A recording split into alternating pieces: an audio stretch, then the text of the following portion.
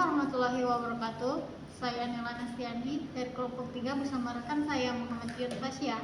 Kami di sini ingin menyampaikan tema materi kami mengenai teknologi informasi dan penyimpanan dokumen hukum. Konsep teknologi informasi dalam pelayanan hukum mencakup pemanfaatan teknologi untuk meningkatkan efisiensi, transparansi, dan aksesibilitas dalam proses hukum. Ini meliputi penggunaan sistem informasi manajemen, khususnya e-filing, pengadilan online, dan teknologi lainnya untuk mempercepat proses hukum, mengurangi birokrasi, dan meningkatkan keadilan.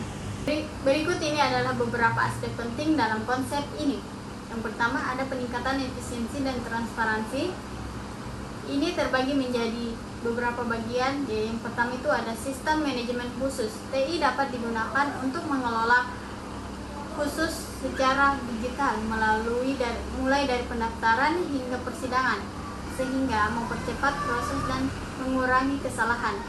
Yang kedua ada e-filing. Penggunaan sistem e-filing memungkinkan pengguna untuk mengajukan dokumen hukum secara online, sehingga mengurangi ketergantungan pada dokumen fisik dan mempercepat proses pengarsipan. Yang ketiga ada pengadilan online. Sistem pengadilan online memungkinkan masyarakat untuk mengakses proses peradilan tanpa harus datang ke pengadilan fisik, meningkatkan efisiensi bagi mereka yang tinggal di daerah terpencil atau memiliki keterbatasan mobilitas. Kedua ada aksesibilitas. Aksesibilitas ini juga terbagi menjadi 2 poin, yaitu informasi hukum yang mudah diakses, di mana teknologi informasi dapat digunakan untuk menyediakan informasi hukum yang mudah diakses oleh masyarakat, seperti mulai dari portal web atau aplikasi seluler.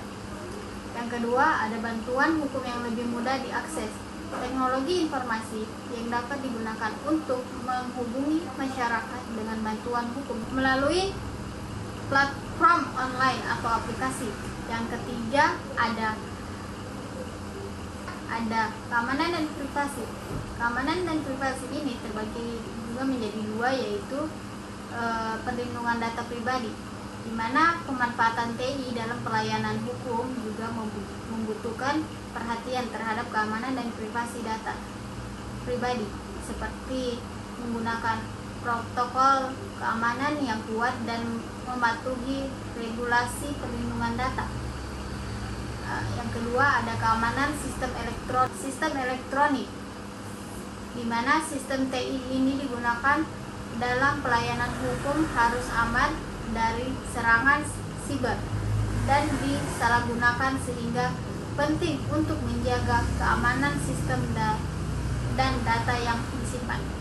Yang keempat ada penerapan hukum di era digital, terbagi menjadi 2, yaitu hukum siber. Perkembangan TI juga menimbulkan tantangan baru dalam hukum, yaitu hukum siber yang mengatur rantangan pelanggaran hukum yang terjadi di dunia maya.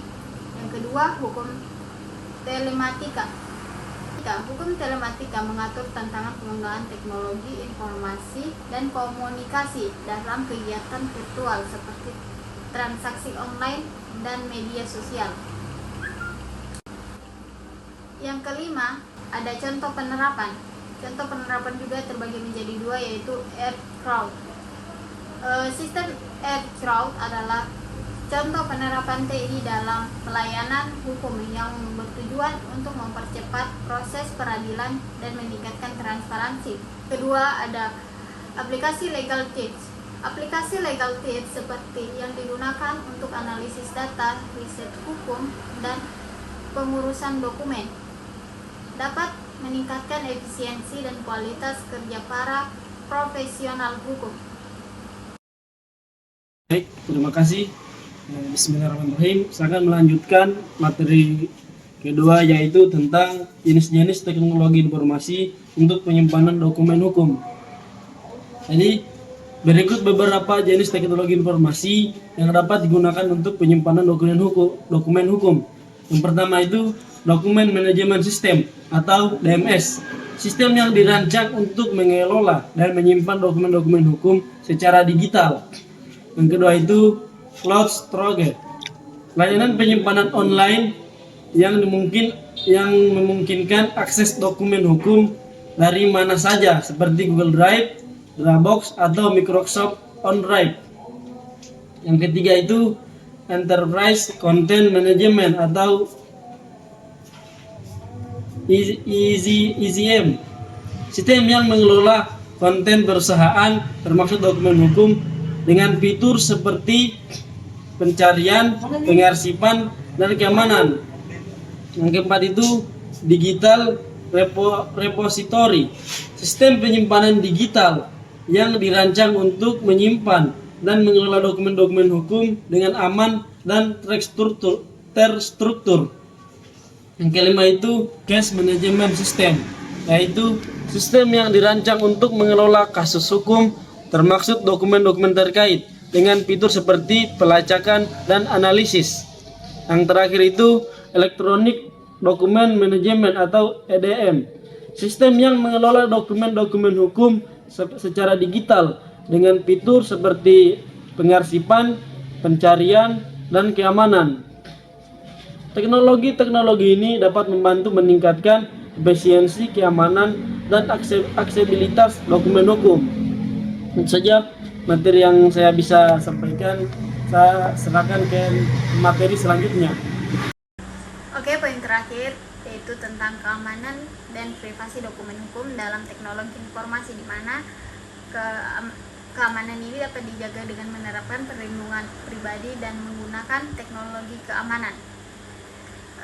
Perlindungan data pribadi itu seperti menggunakan kata sandi, mengaktifkan autentikasi 2 faktor, memperbarui perangkat lunak secara rutin, berhati-hati dengan tautan dan lampiran mencurigakan, enkripsi dan sensitif, batasi informasi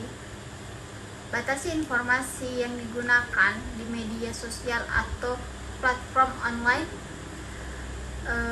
Terus gunakan jaringan yang aman, waspadai social engineering.